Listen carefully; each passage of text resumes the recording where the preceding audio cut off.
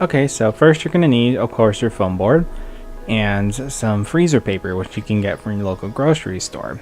It's used to store meat away, so you can freeze it and whatnot, but you can also use it for arts and crafts.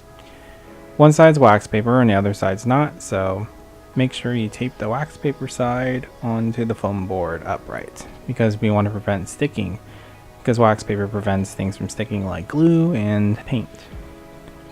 Okay, and once you taped it to the way you want it, make sure you slide the puzzle on nice and gently and position it to the center.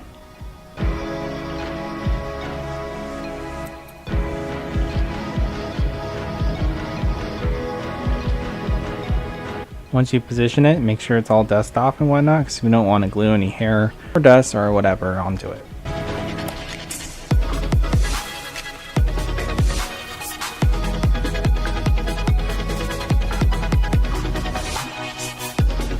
And make sure all the pieces are pushed in.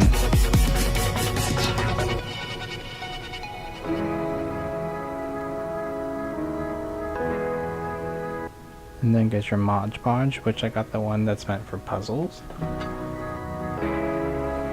Puzzle saver. Shake it up.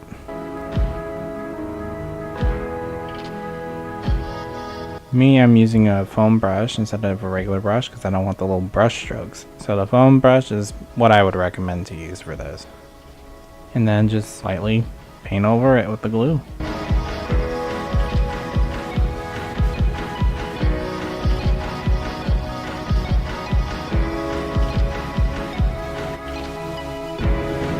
And it takes about 15 to 20 minutes to dry according to the back of the bottle, which I ended up doing 2 coats. So here we're about to do another coat.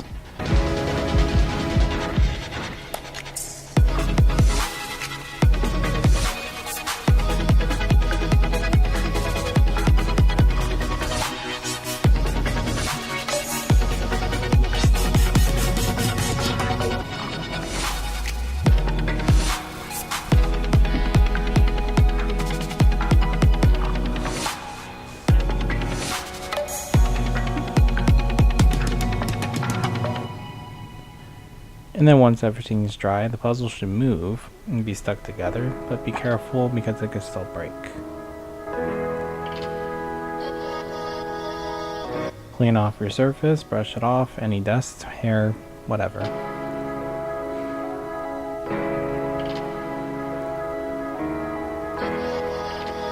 Then when you're ready, get the foam board without the wax paper, freezer paper, whatever, on it, and lightly put your puzzle on top of the foam board. And what we're going to do next is position it to where we want. So I positioned it to the corner because we want to cut off the excess.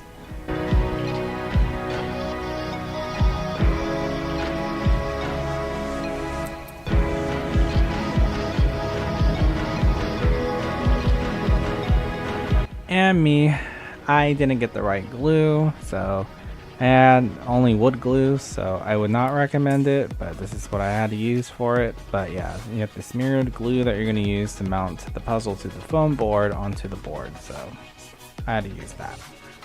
And then once you have all your glue down, just slide on your puzzle nice and gently into the position that you wanted it to be.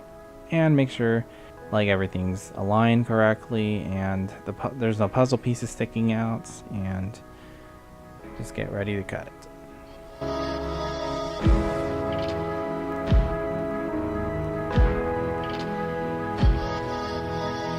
Me, on the other hand, I had to use an X-acto knife since I didn't have a nice sharp razor or a box cutter or whatever, but the X-acto knife worked pretty nicely. Just to be careful not to cut your puzzle.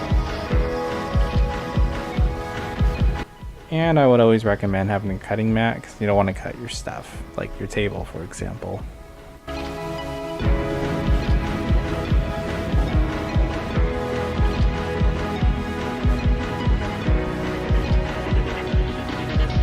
Boo.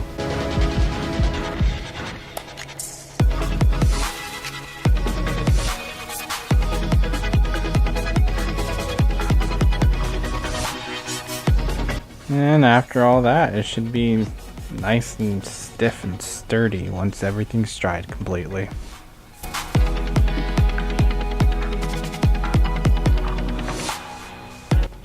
Looks pretty nice. Now I can hang it up. Okay, well I hope you found this useful if you're thinking about mounting puzzles using glue so you can hang it up wherever you want or frame it. But anyways, yeah, I hope you enjoyed. And if this caught your interest and you're interested in what else I have to offer as an artist, please feel free to subscribe and become a subscriber. And possibly give this video a like. Either or is greatly appreciated. And as always, stay awesome, guys.